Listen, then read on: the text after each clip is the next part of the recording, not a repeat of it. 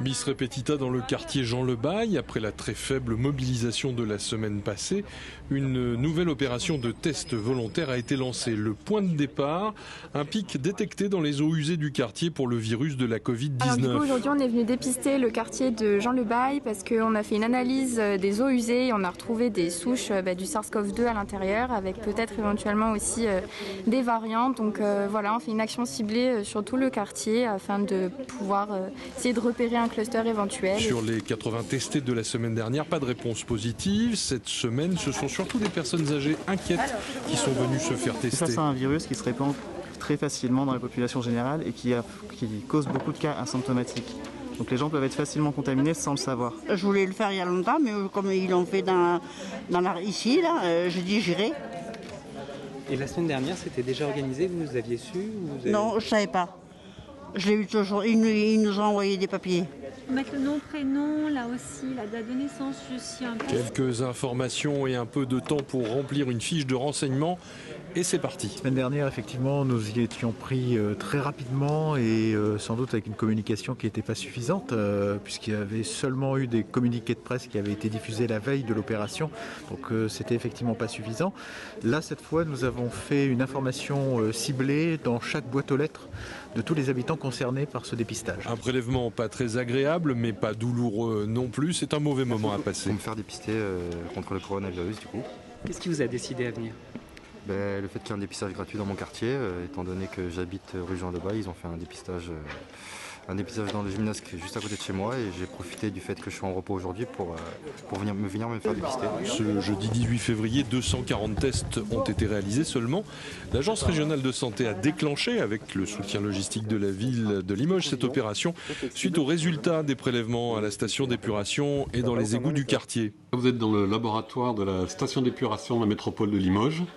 Et les prélèvements ont été faits ce matin sur tout le réseau, enfin sur une partie du réseau de la ville. Et les échantillons ont été déposés au frigidaire et je viens les chercher pour les emmener au laboratoire pour les analyses. Donc vous avez vu qu'on a prélevé dans les réseaux et à la station d'épuration, on a été chercher les échantillons et donc on les a apportés au laboratoire. Et donc maintenant on va procéder à l'analyse. Donc pour ça il y a plusieurs phases, dont deux phases principales. La première phase, c'est l'extraction, que mon collègue derrière moi est en train de commencer.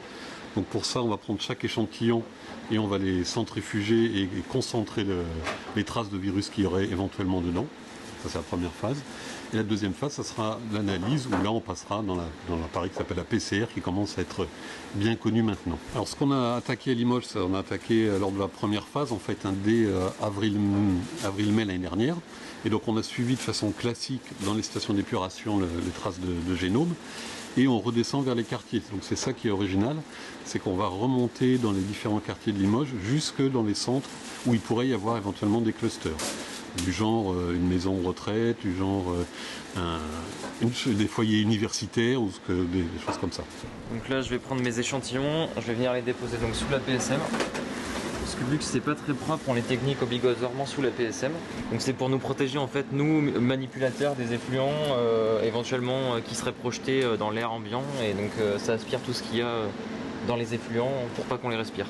Une procédure connue et maîtrisée qui permet de travailler en sécurité sur les échantillons. En fait, c'est du milieu de transport, donc ça va être le milieu de culture qui va nous servir donc à congeler nos effluents pour pouvoir éventuellement, s'ils sont positifs, après pouvoir les mettre en culture et regarder éventuellement s'il y a des variants ou pas dans ces effluents-là.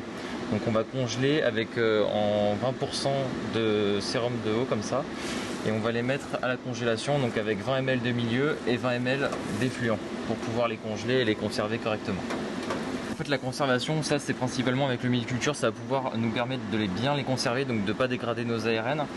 Donc c'est ce qu'on étudie les ARN après quand on fait notre PCR et donc le but ça va être de pouvoir les mettre en culture si jamais ils sont positifs et donc de pouvoir se faire un stock éventuel de virus après pour pouvoir faire des tests dessus. J'étais tout seul sur ce projet et maintenant on est passé à 3 personnes parce qu'on est passé sur les steps de Limoges, donc on reçoit les stations d'épuration de Limoges 2 fois par semaine et les quartiers on les reçoit tous les 15 jours donc pour analyser, savoir s'il faut déclencher un dépistage de masse ou pas. Donc nous on analyse juste, on transmet les résultats. Et c'est à la lecture de ces résultats que l'Agence régionale de santé décide ou non de déclencher un test de grande envergure. Donc en fait ici c'est un résumé donc avec tous les résultats qu'on va avoir.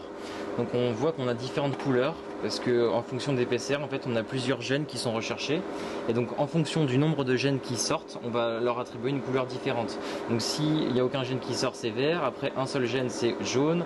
2 gènes, c'est orange. Et 3 gènes, c'est rouge. Donc là, par exemple, ici, on a Jean Lebaille du 10 février qui sortait sur les 3 gènes, donc très positif. Encore le 10 février, il est sorti très positif. Et du coup, là, on l'a encore aujourd'hui, donc on va pouvoir l'analyser. On l'a reçu tout à l'heure, donc les résultats seront prêts lundi. Mais c'est actuellement déjà en cours sur d'autres quartiers. En fait, c'est simplement par sondage, par prélèvement par sondage. Le CHU, son laboratoire INSERM, procède à l'analyse des prélèvements qui lui sont transmis par Limoges Métropole sur le réseau d'assainissement de la ville, sur l'ensemble des quartiers de la ville. Et à partir de ce moment-là, en fonction des marqueurs en présence significative sur un quartier, nous proposons ce type de dépistage ciblé.